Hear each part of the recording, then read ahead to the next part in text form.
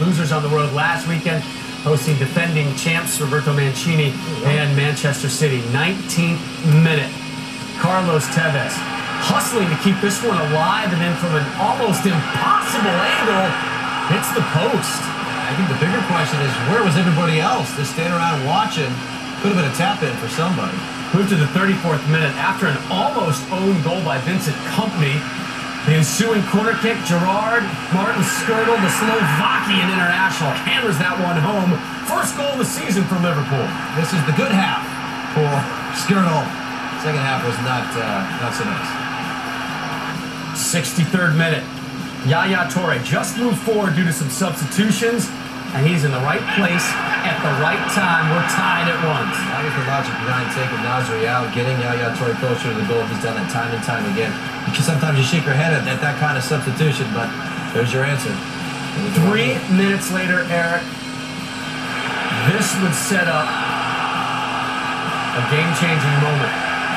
Shot there by Gerard. Jack Rodwell called for a handball. Luis Suarez just can't give him that much. I mean, that wall's just not big enough for him. We've seen it time and time again with him.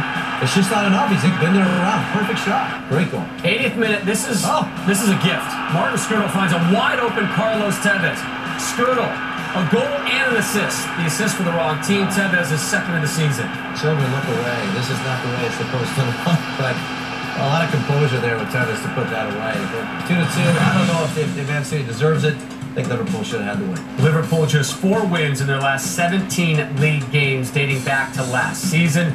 Luis Suarez, 16th league goal since joining Liverpool in January of 2011. Here's Joe Allen post-game on the 2-2 tie. It was a fantastic game to watch. What was it like to play? Yeah, it was pretty frantic at times. Obviously, for the neutral, I'm sure it was a great game. From my point of view, obviously, brilliant to have gone ahead twice, but disappointing at the same time to not have gone on to win the game. Just bittersweet, perhaps, sum it up? Yeah, that's probably the perfect way to sum it up, yeah. But after last week, surely you've got to look at this as a positive. Yeah, of course. We knew we'd bounce back with a better performance today. I think that was obvious from the start, and we've put that game behind us now, and we're obviously, after today's draw, we're looking to kick on from there. Everton, they host Fulham. Usain Bolt, longtime United supporter, in the house, striking a pose with all those gold medals. But what a dream start for the roadside. Damien Duff, his second of the season, matching his total from last campaign. 1-0. Fulham minus again. Clint Dempsey, 10th minute. Robin van Persie, this is why he's paid the big bucks. What a goal. We'll talk about this later, but his ability to put just the right amount of pace on the ball after taking it on a bounce, right in the far corner. Tough little skip to handle as well. 35th minute. Shinji Kagawa, the Japanese international, the first Japanese player to represent Manchester United with his first goal for the club. 2-1 United. 41st. Goes from right to left. Ashley Young sends it back. Raphael heads it in. That would turn out to be your eventual game winner for the Red Devils. If you look at Raphael's movement, anticipation for a right back to get in that spot. 64th minute, a troubling scene though for Manchester United. David De Gea is going to be blamed by this one, or for this one. Vidic, the own goal. I've always dreamt of scoring the Scorpion. I don't think Vidic. No, not like that. 68th minute, Rooney comes on for Kagawa. Stoppage time. Rooney stretching to try and make a defensive effort and is stepped on by Rodallega. And you see him clutching his leg, looking at the official saying, please stop this.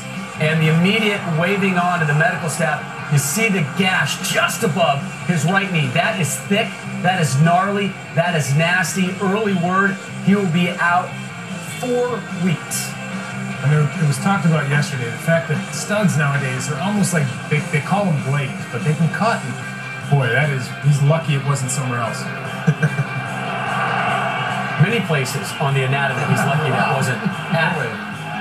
Last chance there to try and equalize. De Gea punches it away. Blocked shot.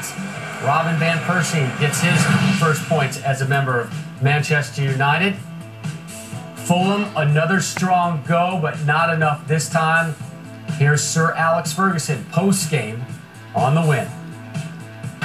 A pretty innocuous thing. Rodallega just seemed to land on him. Yeah, I think that he followed through. Rodallega after his shot, and he's obviously caught him, but it was an accident, of course. Well, here's what the Red Devils will be missing. Last season, Wayne Rooney, second in the league in scoring since January of 2011. He has 37 goals. There's RVP's numbers, so that much more focus on Robin Van Persie to shoulder the scoring load. And obviously, it's a position he is very comfortable with. The Wayne Rooney instruction of the goal. Mike Jones has pointed to the spot. Hazard scores. Perfectly slotted penalty. Manchester United and City were both in hot pursuit this summer of the services of Hazard, but he chose to go the Chelsea way. Through 3 matches, he looks not only like the acquisition of the offseason, but also a future BPL Player of the Year, that year maybe this year, and the heart and soul of the new Chelsea. Yesterday, he was at it again as the Blues hosted Newcastle. And there is the young Belgian, 22nd minute. Torres, surging run, fouled in the box. Frank Lampard started this one on the bench, so guess who picks up the ball? Hazard will take the penalty kick, and no shortage of confidence from this young man, Warren. Nonchalant, totally relaxed, totally focused, great confidence in his own ability. Third penalty kick goal this season already for Chelsea. They had 4 all of last campaign. So 1-0 at the break. First goal in the BPL for that young man. More to come. 48th minute. Fernando Torres. Guess who he got the ball from? I'll give you one guess. Hazard. Toe poke outside of the foot. Regardless, it's a goal. His second of the campaign.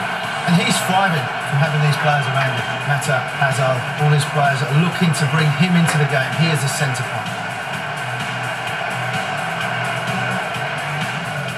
Move to the 84th minute. Newcastle trying to pull within 1. Demba Ba. Better check. Second shutout already pitched by Chelsea and Petr Cech. Hazard has scored 12 goals in his last 17 league appearances for Lille and Chelsea combined. Chelsea won 4 successive Premier League games for the first time since April 2011. Hazard has scored all 10 of his penalties in league football. Afterwards, all the talk was about the Blues' newest star.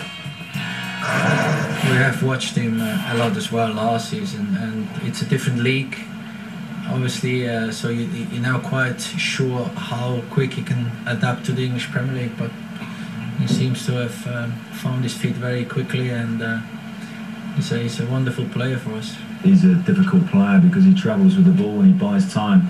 And when you've got somebody who do that, you can time your runs a bit. And great times are waiting. Grab some buds.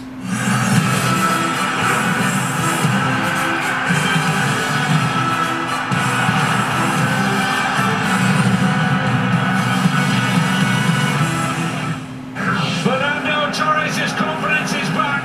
Van Persie! Damien Duff. Shock all around Old Trafford. Up done by Maloney to centre. Fantastic finish. Wow, what a goal that was. It's a lovely goal for Norwich City. It's outside Wayne Rooney on the stretcher. The goal is there again. Norwich in. It's one-way in stoppage time. It's the goal of his dreams. Steven Miller. Liverpool the champions.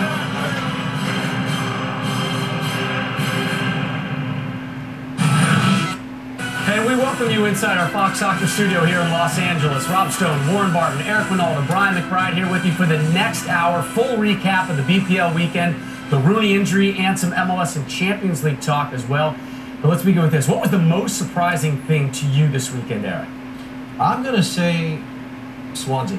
You know, I think what they've been able to do for capitalizing on what they already accomplished from last year and going on into this year with the inclusion of Laudrup, I think that's some fascinating stuff. Their uniforms look like Madrid, starting to play like Madrid. That's a good team. Very good. Whoa there. Whoa. It's a little bit out of hand. I know, but I'm really enjoying watching that. I like it. For me, it's Everton. Their start to the season. The fact that, usually they